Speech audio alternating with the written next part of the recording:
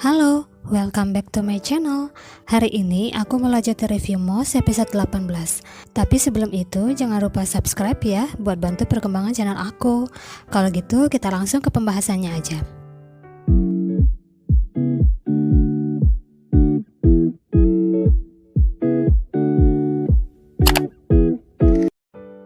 Dimulai flashback saat Sung Yohan yang berada di basement rumahnya tengah membaca buku harian Barem.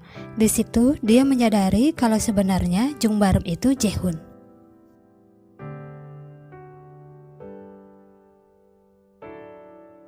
Danny Lee menelpon seseorang mengatakan kalau foto Jennifer tertinggal dan Barem tengah mencarinya.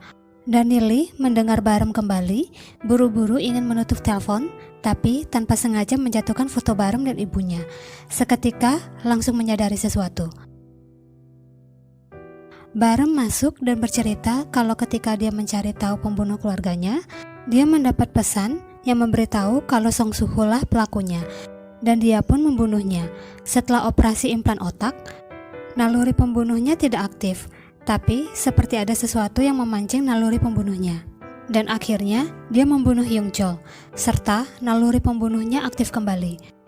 Barem bertanya siapa dan kenapa mereka mengirim pesan tentang Song Soo-ho dan menggunakan Hyung Chol untuk memancingnya lagi.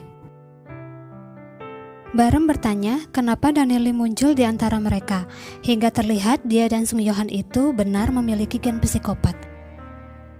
Danny Lee awalnya berbohong berkata dia tidak tahu, tapi Barem bertanya kenapa buku hariannya dan ponsel Sung Yohan ada padanya. Akhirnya Danny Lee mengakuinya.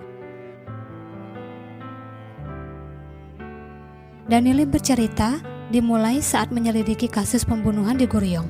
Dia menduga kalau Baremlah predator, tapi untuk berjaga-jaga dia menemui Sung Yohan juga.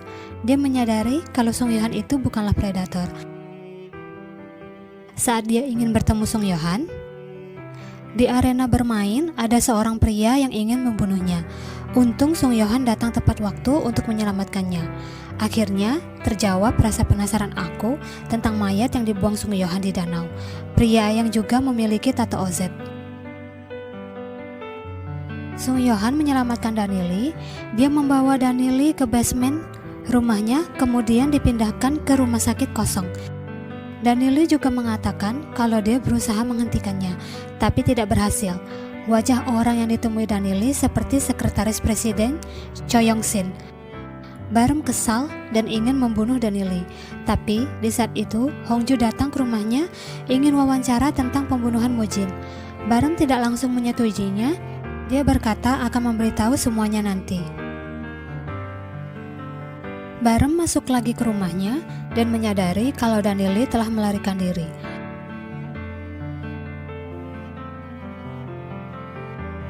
Ternyata Danny Lee masuk ke mobil Hongju. Di perjalanan, Danny Lee berkata ada sesuatu yang harus dia ketahui. Gomuchi melihat lagi rekaman itu dan mengingat lagi perkataan Yuna. Gomuchi keluar dengan mengantongi kartu memori itu. Di depan pintu, di kantor polisi, Gomuchi bertemu Barem. Melihatnya, Gomuchi langsung memukul Barem. Detektif Lee yang melihat kejadian itu mengambil kesempatan mencuri kartu memori di kantong Gomuchi dan pergi seolah tidak ada yang terjadi. Gomuchi ingin menunjukkan bukti pembunuhan Barem, tapi dia menyadari kartu memorinya telah hilang. Seketika teringat dengan Detektif Lee. Dia mencari Detektif Lee hingga ke toilet dan menyadari Detektif Lee telah membuangnya ke dalam toilet. Gomuchi berusaha menanyai langsung Detektif Lee dan Barem, tapi hasilnya malah tidak memuaskan. Alibi Barem saat terjadi pembunuhan Kang Duk-soo jelas, sedangkan tato yang dihapus Detektif Lee terus dipertanyakan Gomuchi. Detektif Shin datang ke tempat tato dan mendapati kalau inisial tatonya berbeda. Sepulang Detektif Shin dari sana, si pentato masuk ke dalam lagi dan terlihat pria bertato OZ menyekap si pentato asli. Akhirnya, Detektif Lee dan Barem dibebaskan. Di saat itu, Detektif Park pergi begitu mendapat telepon. Barem kembali ke ruangan arsip dan mencari alamat rumah Detektif Lee. Hongju mengantar Danili ke tempat persembunyiannya. Di mobil, Hongju menangis menyesali perbuatannya ke Sung Yohan. Di tempat persembunyian, para OZ keluar saat melihat Danili datang. Hongju yang terus menunggu Danili pun keluar dan melihat Danili ditangkap para OZ. Hongju bertekad akan mengungkapkannya. Barem datang ke rumah detektif Lee, malah melihat di atas meja ada sebuah foto. Barem menyadari kalau detektif Lee lah yang membunuh Hankuk. Ketika keluar rumah, malah bertemu Gomuchi. Gomuchi terus menanyainya apa dia yang membunuh Kandoksu, Lee Jasik, dan Kim Byung-tae. Barem mengakui telah membunuh mereka, tapi Barem berbohong tentang motif pembunuhan itu, seolah dia ingin melindungi Bong Yi dan Hongju. Gomuchi pun mempercayainya. Barem melihat Gomuchi pergi, merasa bersalah dan berjanji akan menyelesaikan semua masalah dan menerima hukuman tanpa akhir. Gomuchi mendatangi Hongju untuk mencocokkan apakah benar alibi yang diucapkan Barem, dan ternyata cocok. Gomuchi berpikir apakah ada si peniru? Istri detektif Park melihat tayangan Hongju di TV, kebetulan bertemu dengan ayah detektif Shin dan memintanya mengantarnya menemui Hongju. Setibanya di stasiun TV, malah bertemu Sung Ji-eun yang juga ingin mengantar anak Hongju. Istri detektif Park yang melihat anak Hongju langsung menggendongnya dan pergi dari sana. Gomuchi juga mendatangi Bong Yi untuk mencocokkan alibi Barem. Bong Yi menjelaskan kejadian saat itu. Gomuchi merasa ucapan Barem benar. Di sana, Bong Yi juga memberitahu Gomuchi kalau orang yang menyelamatkannya itu ialah Sung Yohan. Gomuchi terkejut mendengarnya. Bong Yi berkata, bagaimana jika pembunuh neneknya dan Gomuwon itu bukan Sung Yohan, tapi orang lain? Gomuchi dengan tegas menolak dugaan Bong Yi. Barem datang ke kantor polisi seperti mencari sesuatu, tapi kepala tim tiba-tiba datang. Barem langsung bersembunyi di bawah meja detektif Shin, malah melihat kardus bukti si predator. Di situ, dia melihat kartu nama rumah sakit Bunda Maria dan melihat bukti donasi untuk rumah sakit itu. Seketika, dia teringat dengan Mikaela dan ucapan Gomuchi.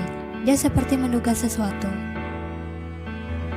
Kantor polisi menelpon detektif Park untuk memastikan apa wanita itu benar istrinya. Detektif Park mengiyakan. Polisi itu langsung mengantar pulang istri detektif Park. Detektif Park yang melihat istrinya membawa bayi ingin mengembalikan lagi ke tempat semula istrinya mengambilnya. Istrinya tidak ingin bayi itu dikembalikan, dia pun berlari ke jalanan. Tapi tiba-tiba mobil datang dan menabraknya. Sung Ji-eun yang terus mencari bayi Hongju melihat kerumunan polisi di jalan. Saat didekati, dia menyadari kalau bayi Hongju yang menjadi korbannya. Gomuchi kembali ke kantor polisi untuk menggali ulang kasus predator, seperti ingin membuktikan ke Bong Yi jika pelakunya memang Sung Yohan. Di kardus bukti, dia membaca berita pemeriksaan para tahanan dan melihat potongan gambar yang terbakar. Gomuchi berusaha mengingat di mana dia menemukannya. Gomuchi membawa potongan gambar itu untuk memeriksa lebih lanjut sebenarnya itu lambang apa. Di rumah sakit, detektif Park meminta perawat istrinya untuk menjaga anak Hongju sementara waktu. Di sana, detektif Park bertemu Sung Ji-eun yang mencari bayi Hongju. Menyadari kalau bayi itu anak Sung Yohan, detektif Park tidak ingin menyerahkan kembali bayi Hongju sampai Han Seo-jun memberitahunya di mana mayat anaknya. Sung Ji-eun bingung harus melakukan apa. Akhirnya, Gomuchi mengetahui kalau potongan lengkap gambar itu ialah laboratorium tes genetika manusia.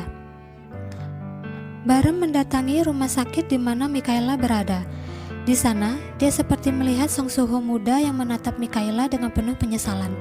Dan seperti berkomunikasi dengan Barem, berkata kalau dia melakukan semua itu untuk mewujudkan dunia seperti impiannya. Dunia yang tidak ada korban seperti kakaknya. Barem mendekati Mikaela, berusaha berkomunikasi dengannya. Mikaela langsung berkata apa yang diucapkan Jaemin saat itu. Awalnya, Barem tidak mengerti. Tapi setelah dia mencoba merangkai kejadian saat itu, barulah dia mengerti maksud perkataan Mikaela.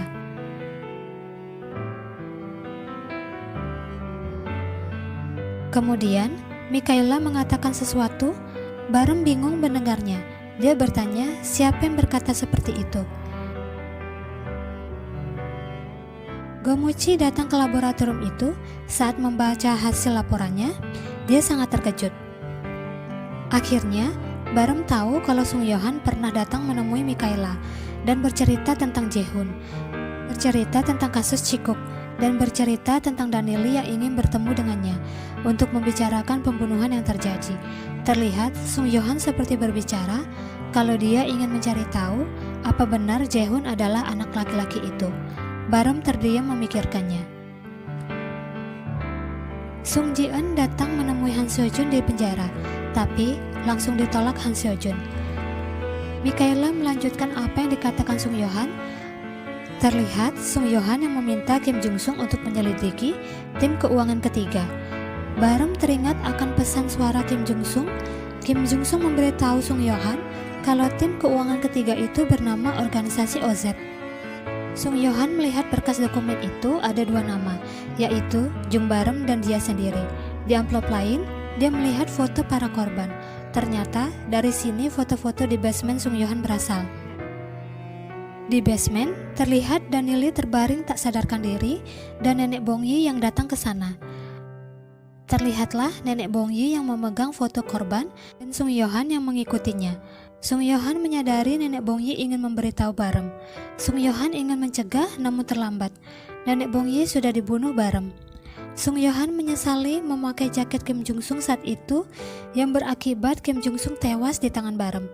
Dia berjanji akan membunuh Barem sendiri. Barem menyadari ternyata itu alasannya kenapa bisa ada fotonya di basement Sung Yohan. Gomuchi datang ke basement Sung Yohan dan berpikir kenapa Sung Yohan memiliki foto Barem. Gomuchi mendatangi lokasi saat mobil Sung Yohan digeledah dan berpikir kalau darah yang ditemukan di sana bukan darah Hankuk, jadi itu darah siapa?